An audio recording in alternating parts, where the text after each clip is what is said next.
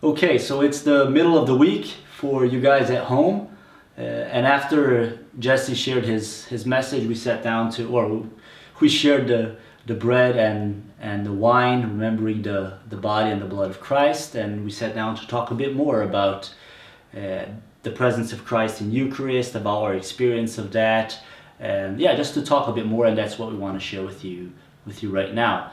And Jesse, when you were talking, I think there were two things that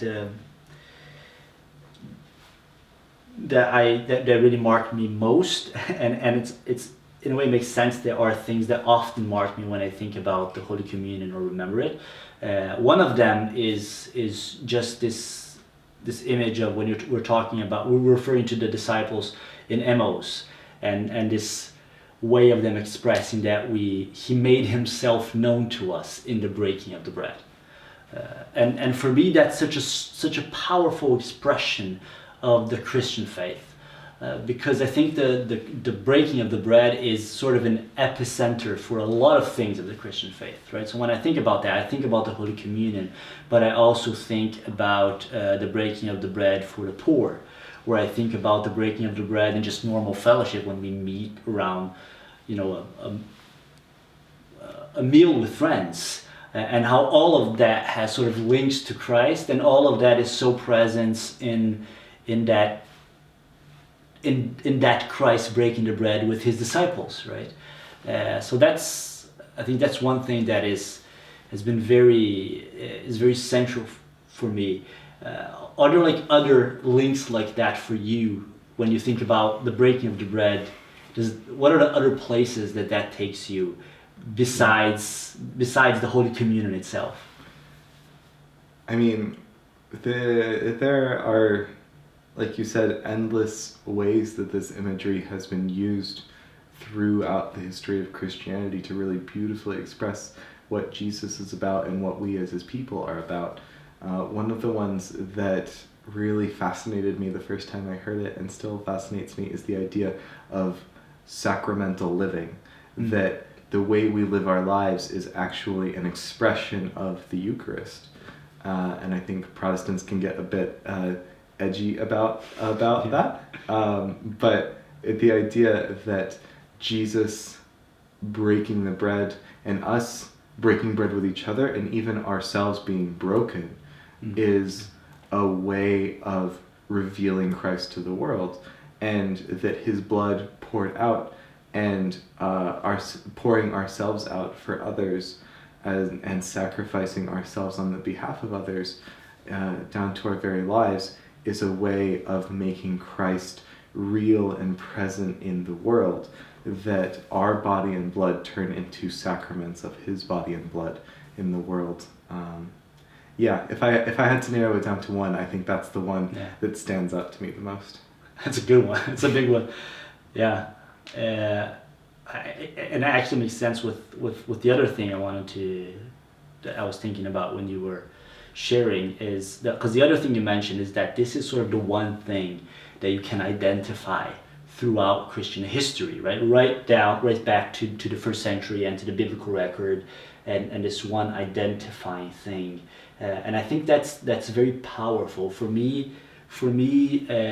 Sharing Holy Communion and breaking the bread and pouring the wine is always a powerful experience, and a connecting experience. And I have the privilege in OIC and also International Church of doing this on a regular basis, and of doing this to a very particular crowd, particular because it is so unparticular, right? Because it's people coming from so many different kinds of backgrounds and stories, and in the church where we usually meet when we're not at home in quarantine, we kneel around the altar in a semicircle, so I get to see all these faces, and I know where these people come from, and I know just a little bit maybe of their stories, and I'm thinking, wow, this is the bread, this is the body and blood of Christ given for each of these people, and sort of the world is there and is present. And you talked about how sort of history is there and is present in that act.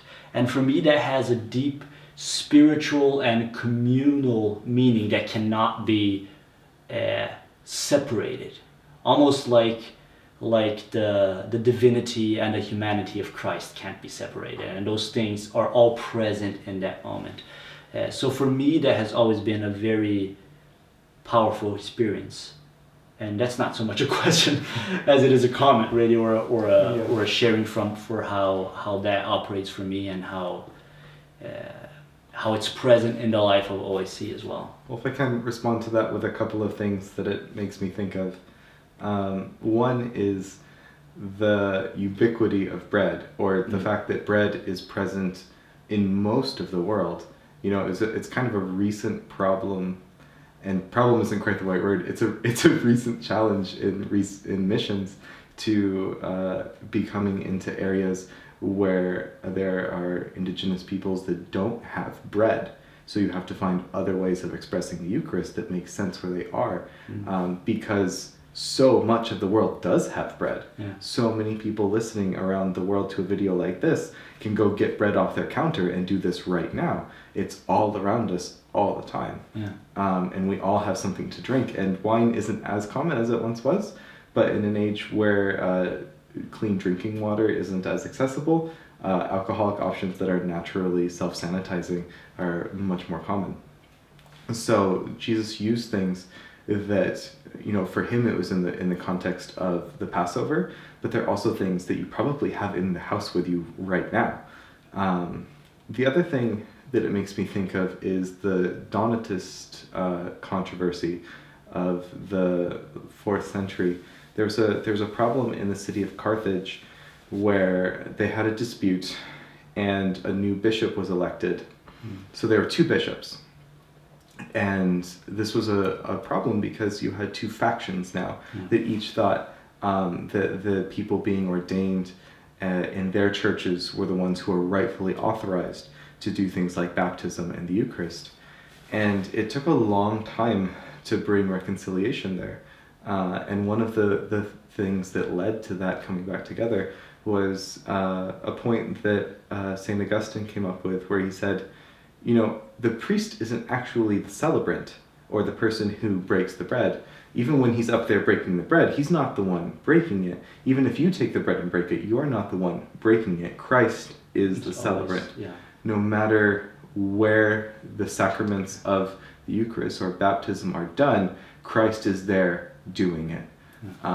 And that makes it a bit less important who did what. It makes it a bit less important who baptized you, because Christ was there baptizing you. And it also legitimates a lot of the different views that we have on the Eucharist. You might feel that the way someone else does it isn't the right way of doing it, but Christ is there doing it, and whether he's there or not isn't up to you, and it isn't up to me, it's up to him. So we have these, it's something that occurs everywhere all the time, and occurs purely on the authority of Christ. That's beautiful, and I think it's okay. This is gonna sound a bit geeky and a bit mystic at the same time, but for me, that's the best.